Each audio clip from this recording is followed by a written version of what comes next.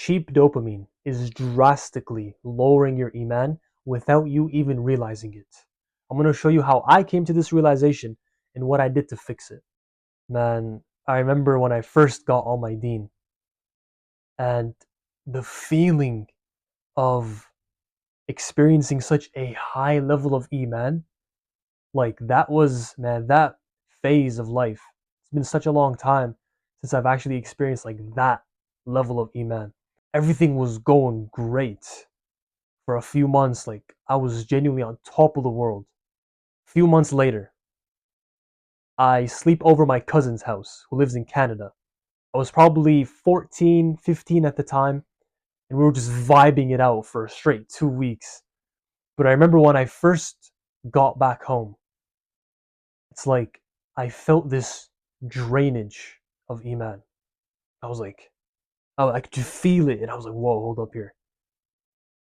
All these months that I've been working on myself, working on getting closer to Allah, experiencing such a high level of Iman, 2 weeks of having so much fun with my cousin, playing games and going out.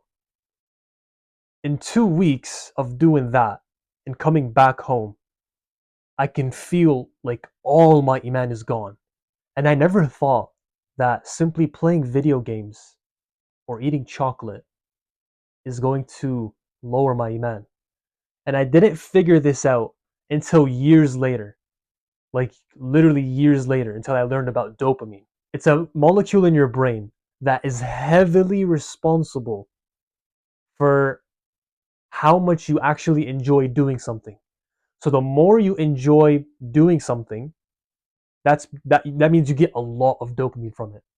But if there's something you do and you don't enjoy it, you get basically zero dopamine from it, which kind of makes sense. Like when you play video games or you eat chocolate, there's a reason why you keep going back to it because you enjoy it so much. You get a lot of dopamine. But studying or reading or watching an Islamic lecture, you don't get that much dopamine from it, which is why it feels so boring and so hard. Like I never thought that like these halal habits, because they're not haram, or the priority is to please Allah subhanahu wa ta'ala, they're not haram, so it's fine. But unfortunately, over time, I realized they actually interfered with me and Allah. I could feel the drainage of my iman. And I actually want to ask you a question. When you play video games, whether it's on your phone or on Xbox or PC, whatever it is, and you're playing, you're vibing it out, but it's time for salah.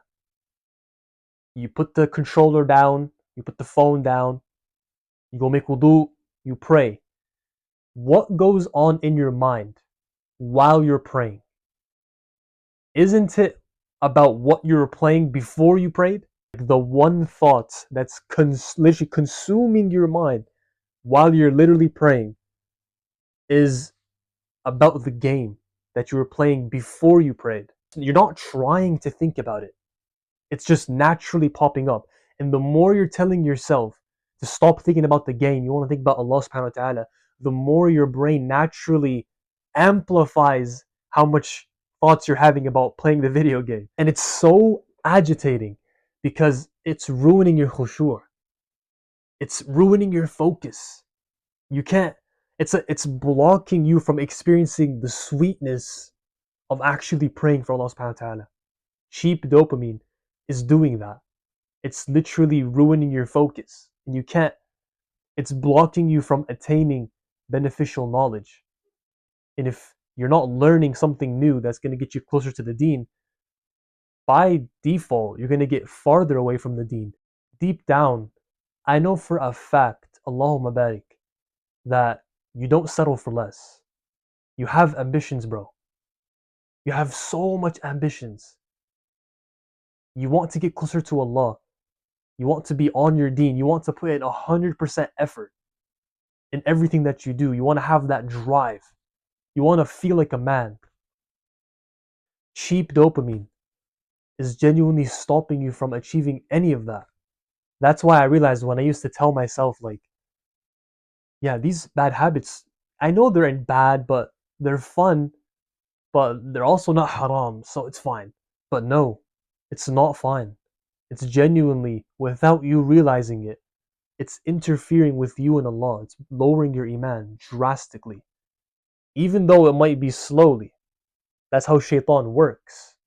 Just a little by little. Slowly he'll lower your iman without you realizing. I didn't realize that this was shaitan's tricks. I didn't realize that it was affecting my iman. I fell into the trap of, oh shoot, I've just wasted 6 years of my life suffering with low iman, all because of these bad habits.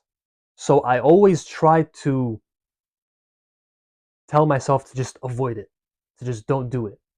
Kind of like cold turkey method. But that never worked. It's unrealistic. If you've been doing something for a long time, and you're trying to cut it off straight away, it's probably going to be a little bit harder. There are exceptions. You could be that guy who genuinely does it cold turkey. There are like young men that can do that. Subhanallah, my mind was like working correctly for once. And I had the intention of just making progress. And Allah gave me the idea to just reduce the bad habits. In the long run, you'll be guaranteed to quit it. That was the mindset that helped me to actually get through, like successfully get through reducing cheap dopamine and staying away from it sustainably. It didn't fully fix the problem of having low iman. There's a lot of other factors, but that was the very like root of it that I didn't ever realize until it was too late. So just be like very careful the next time you consume cheap dopamine. Like I know you're gonna go back to scrolling on your phone, go back to your video games, whatever, but just be aware that it does have a role in lowering your iman. Don't buy into your emotions and justify with logic. Assalamu alaikum.